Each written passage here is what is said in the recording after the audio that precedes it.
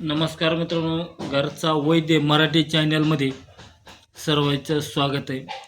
आज जे तुम्हाला व्हिडिओ आणि सर्व जी माहिती आहे, तुमचे सर्व दोष म्हणजे तुमचा कर्ज झालेला असेल, एखाद्याला नोकरी लागत नसेल, एखाद्याचं लग्न होत नसेल, एखाद्याच्या घरात काही बाधा असेल, एखाद्याची इच्छापूर्ती काम असेल, एखाद्याचं कोर्ट कचेरीचं काम असेल, एखाद्याचं काही अडचणी असू शकतात, एखाद्याच्या घरामध्ये काय दोष असू शकतो, घरामध्ये एखादा काय वाईट शक्ती असू शकते, भूत बहिर्वसा करणे, कवटाला आलेलं गेलेलं केलेलं हे असू शकतं. सर्व बाधासाठी आज तुम्हाला एक रामबाण अशी माहिती देणार आहे. ती तुम्हाला तिकडं उपाय करायचा आहे. ती उपाय काय करायचा आहे ती मी सर्व ह्या व्हिडिओमध्ये सांगणार आहे. कृपया व्हिडिओ सर्व बघा आणि तुम्ही स्वतः उपाय करा. आणि अवघ्या 3 शनिवारी तुम्हाला किती जरी कर्ज चाललेलं असलं लाखावर, तर 3 शनिवार तुमचा त्याचा रिझल्ट येईल आणि 3 शनिवार तुमचे सर्व काम व्हायला मदत होणार आहे. तर शनिवारी करायचा आहे काय उपाय ती सांगतो तुम्हाला. शनिवारच्या सकाळी सूर्य निघाल्यावर 45 मिनिटाच्या आसपास, नाहीतर सूर्य मावळायच्या आधी 45 मिनिटाच्या आसपास, ह्या टायमाला उपाय काय करायचा आहे, ती सामग्री काय काय करायची आपल्याला. एक भोजपत्राचा मोठा तुकडा घ्यायचा आहे. भोजपत्र भेटतं. भोजपत्र, अष्टगंध आणि रुई, पांढऱ्या रुईची काडीचे पेन्सिल किंवा डाळिंब ह्या दोन्हीचा एक काटकुळीनं पेन तयार करायचा आहे. त्या भोजपत्रावर आपल्याला तुमचं नाव, सर्व वरी पहिल्यांदा नाव, तुमचं आईचं नाव, तुमचं वडिलाचं नाव आणि त्याच्या खाली तुमची समस्या, तुमचे कर्ज वर चाललंय, नोकरी लागत नाही, पगार वाढत नाही, लक्ष्मी रुकलेले, भरपूर असे काही घरामध्ये त्रास आहे, ती त्याच्या खाली लिहायचं आहे.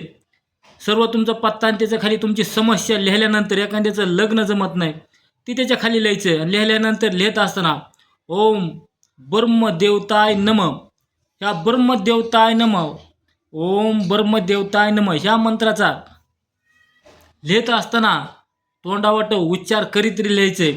आणि जी भोजपत्र घेतले आपण, त्या भोजपत्रावर खाली सर्व हीच मंत्र लिहायचं आहे.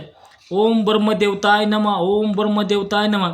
ती भोजपत्र बारीक बारीक अक्षरात लिहून ते भोजपत्र तुम्हाला सुकू द्यायचे.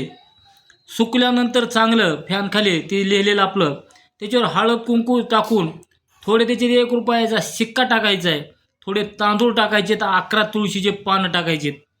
त्याला काय करायचे, गोल घडी घालायची. ते गोल घडी कशी घालायची ती तुम्हाला दाखवतो. आता हे आपला भोजपत्राची घडी, हे असं भोजपत्र आहे, ह्याची अशी घडी घालायची, लय दुमतायची नाही, अशी घडी घालायची. आणि घडी घालून ह्याच्यावर दत्ताचा द्वारा, आपला जी दत्ताचा हातात बांधायचा द्वार असतं ती ह्याच्यावर गुंडाळायचा आहे. आणि ही हातात घेऊन परत त्याच मंत्राचा जप करायचा. ओम ब्रह्मदेवताय नमः, ओम ब्रह्मदेवताय नमः. ही 1 माळ जप करायची. 1 जप झाला ह्याच्यावर हुकम करायची आणि ब्रह्मदेवाला सांगायचं आमचं जे काही प्रॉब्लेम ह्याच्यात लिहिलेला आहे ती आमचा लवकरात लवकर 3 शनिवारी सुटला पाहिजे, असं बोलून तुम्हाला ही चिठ्ठी घेऊन ते आता आपल्याला जायचे पिंपळाच्या झाडाकडे. पिंपळाचं झाड 12 वर्षे जुनं असावं. त्या झाडाकडे जाताना आता काय काय आपल्याला तिकडं पिंपळाच्या झाडाची पूजा करायला काय काय सामान घ्यायचं आहे ती सांगतो. आपल्याला तिथं ब्रह्मदेवाला नैवेद्य म्हणून गूळ घ्यायचा आहे. गूळ आणि दूध ब्रह्मदेवाला भरपूर आवडतं आहे. गूळ दूध न्यायचं आहे. 5 अगरबत्त्या न्यायच्यात, 1 दिवा घ्यायचा किंवा कापूर, पूजेचं सामान घ्यायचं आहे, 1 लाकूड घ्यायचं आहे बारकं ही पुरायला.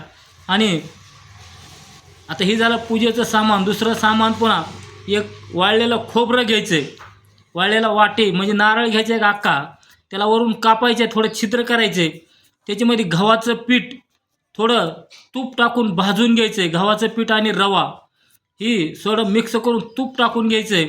आणि अशा ठिकाणी बघायचे बाहेर कुठेतरी पटांगणात मोठं झाडाखाली गेल्यानंतर ही चिठ्ठी आहे आपली, ही चिठ्ठी तिथे गेल्यानंतर पिंपळाच्या झाडाची पूजा करायची. गूळ आणि दूध नेलेलं, कापूर, अगरबत्ती, दिवा लावायचा आहे. आणि ब्रह्मदेवाला सांगायचं हे ब्रह्म विष्णू महेश तुम्हीचा ह्या 3 देवताचा ह्या वनस्पतीमध्ये राहावा आहे, निवास आहे. माझं एवढी आर्जी आणि माझं एवढं कार्य आहे. माझा काही पितृदोष सुद्धा असू द्या, तुमचा पितृदोष सुद्धा निघून जाईल. एवढा उपाय मित्रांनो कारगर आहे. आणि ही चिठ्ठी काय करायची की लाकूड नेलेलं आपण त्या लाकडानं थोडं उकरून एका पन्नीमध्ये घालायची चिठ्ठी मित्रांनो. एखादी प्लॅस्टिकची पन्नी घ्यायची आणि हे त्या पिंपळाच्या झाडाच्या बुडाला पुरून टाकायची.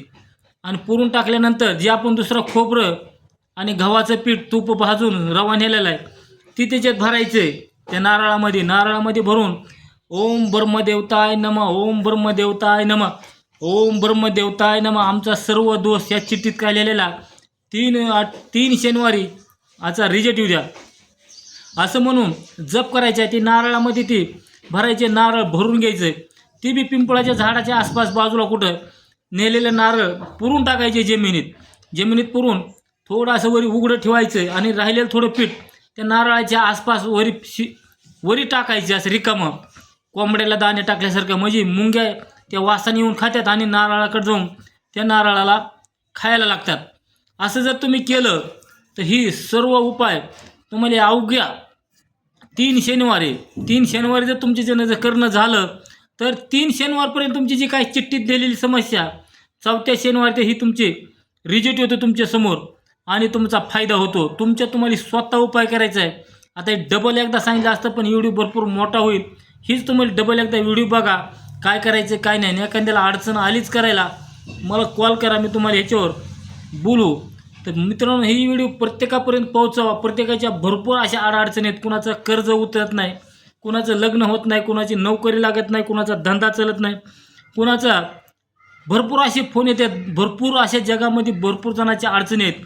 तर ही ब्रह्म विष्णू महेश पिंपळाचा तिन्ही देवता असतात आणि पिंपळाच्या प्रत्येक पानावर देवता आहे मित्रांनो. प्रत्येक पानावर देवता आहे. त्याच्यामुळं तुम्हाला याचा रिझल्ट चांगला येणार आहे. आणि जेवढा होईल तेवढा म्हणून प्रत्येकापर्यंत व्हिडिओ पोहोचवा. प्रत्येकजणाने सहकार्य कोणी एकाला कर्जात असेल, कशाची असेल, घरातली काही बाधा असेल ती तुम्ही काही बी चिठ्ठीवर लिहू शकतात. म्हणून जेवढा होईल तेवढा व्हिडिओ शेअर करा, लाईक करा, घंटीचं बटन दाबा. लवकरच आपण दुसऱ्या एका व्हिडिओमध्ये भेटू. घरचा वैद्य मराठी चॅनल. कुणाला फोन करायचा असेल तर माझा नंबर आहे 97 63 68 93 68, पाडेमामा पुणे. रामकृष्ण हरी माऊली. जय धन्वंतरी भगवान.